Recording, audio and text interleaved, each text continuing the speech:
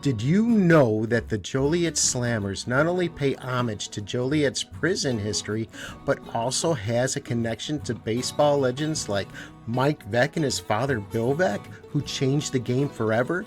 And let's not forget Hollywood star Bill Murray, who is now part of the team's ownership. Let's dive into the incredible story behind this fascinating Frontier League team and its rich history. Welcome back, Barnstormers. Today we're talking about the Joliet Slammers, an independent baseball team with ties to baseball royalty thanks to their owners Mike Veeck and Bill Murray. The Slammers have a history of winning and a legacy of entertainment that can be traced back to the legendary Bill Veeck, who shaped modern baseball history as we know it.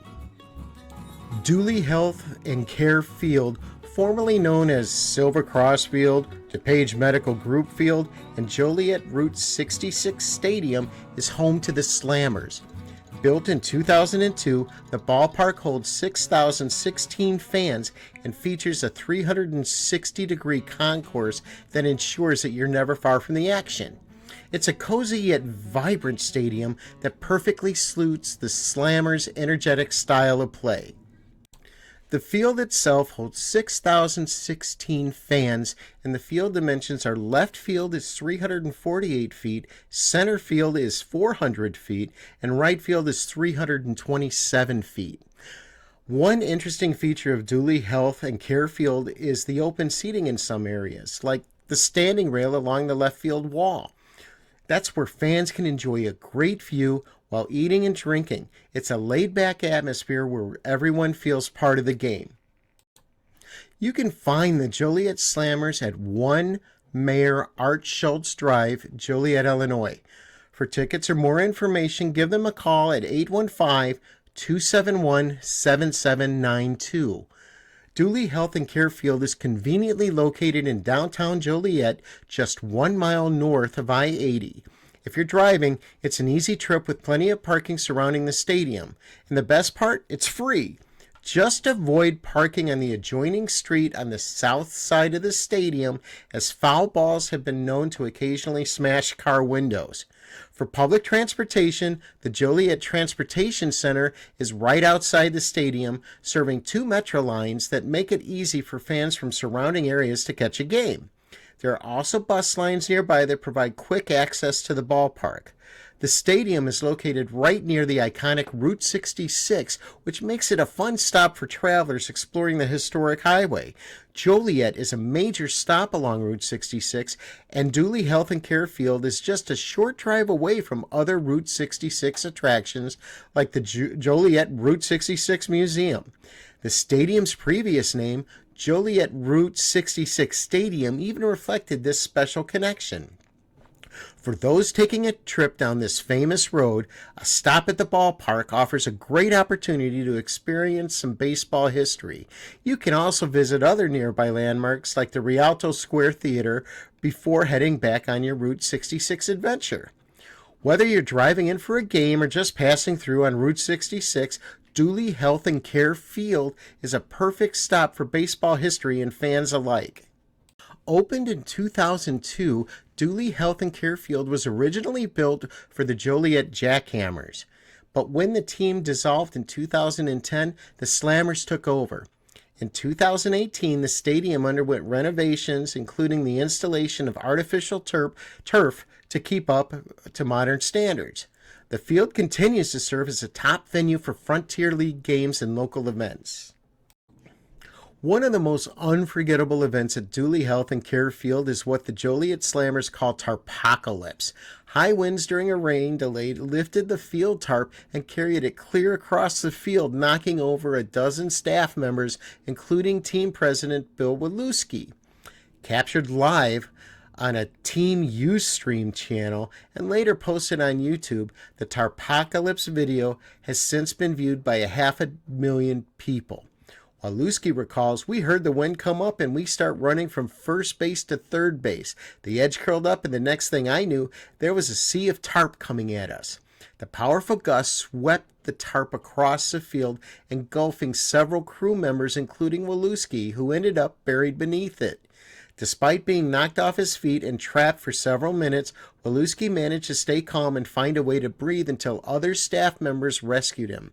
Fortunately, everyone was fine, but the tarp suffered significant damage and had to be replaced. Looking back on the chaotic event, Waluski reflected, "The captain's got to go down with the ship," showing his dedication to the team and the fans. There's also the 560-foot marker painted on a nearby firehouse. If a batter ever hit a home run that far, I have a feeling that would make for some pretty big news. Finally, the Miracle League of Joliet plays all of their games in an area accessible from Duly Health and Care Field.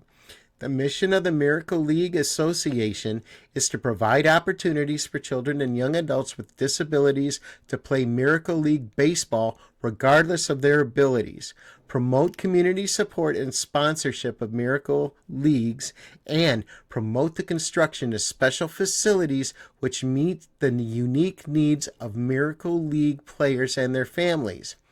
We cannot change or cure the medical issues has dealt our children with disabilities. What we can do is provide them with an opportunity to experience the joy and benefits which comes from playing our national pastime, baseball.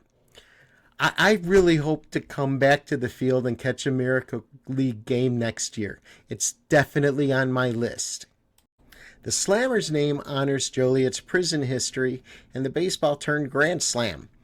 With 2 Frontier League championships under their belt, one in their debut season in 2011 and another in 2018. The team has cemented itself as a staple of independent baseball in the Midwest. The city first hosted minor league teams in the late 1800s, including the Joliet Convicts, which is a similar nod to the prison that had become part of the town's identity. Minor league play didn't resume until 2002, but surrounding communities did have teams in the 1900s. Joliet's baseball history dates back to 1875, when local amateur teams like the Joliet Stone Cities played, including a match against the Chicago White Stockings. The Chicago White Stockings is the former name of the Chicago Cubs. In 1890, Joliet began hosting minor league teams, with the Joliet Convicts becoming members of the Illinois-Iowa League. After winning the league championship in 1892, the city saw various teams such as the Joliet Giants and the Joliet Jolyites compete in different leagues until 1910.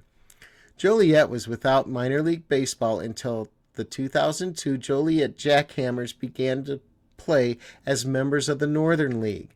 After the Jackhammers folded, the Slammers were formed in 2010. Their prison-themed name references Joliet Correctional Center and Stateville Correctional Center, while their mascot, J.L. Bird, adds a touch of fun to the franchise. The Slammers have proudly represented Joliet in the Frontier League, where they continue to build a loyal fan base. When you think of Bill Murray and Joliet baseball, your mind probably goes straight to the Hollywood star, comedian, and Slammers co-owner. But there's another Bill Murray who made his mark on the sport here. William Jeremiah Murray, a successful baseball manager from the late 19th and early 20th centuries, also made his mark here. William Murray was one of the most successful managers in American minor league baseball. He managed teams like the Joliet Convicts, where he won the Illinois-Iowa League Championship in 1892.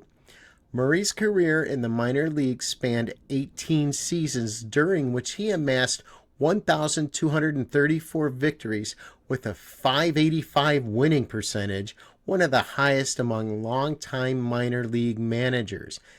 Murray also managed the Philadelphia Phillies from 1907 to 1909, achieving a career record of 240 to 214.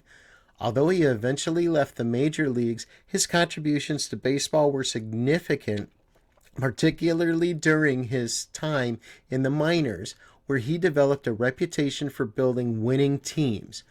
Born in Peabody, Massachusetts, he passed away in 1937 and is interred in Salem, Massachusetts. 50,000 people, the largest crowd of the season, showed up at Chicago's Comiskey Park for the twilight doubleheader between the White Sox and the Detroit Tigers. 15,000 others had to be turned away. Many had come for Disco Demolition Night, a promotional gimmick. Between games, as planned, a huge box containing thousands of disco records was blown up.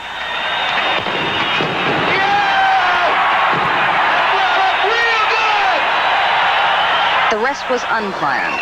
Fans stormed out onto the field in the thousands. Disco records were hurled like frisbees. Bonfires were set. Bottles were thrown.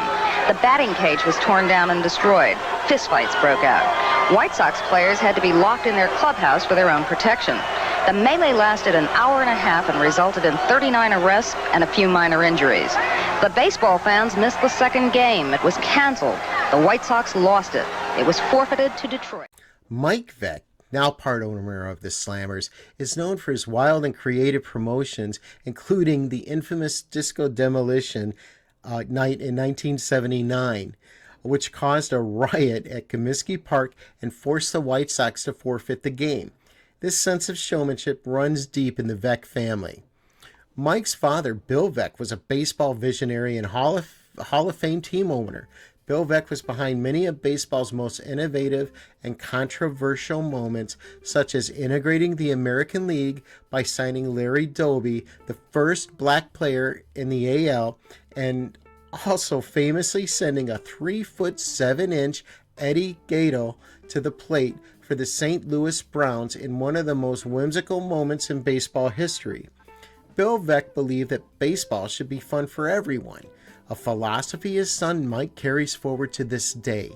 Teaming up with Mike Veeck and Joliet is none other than Bill Murray, the beloved actor and comedian.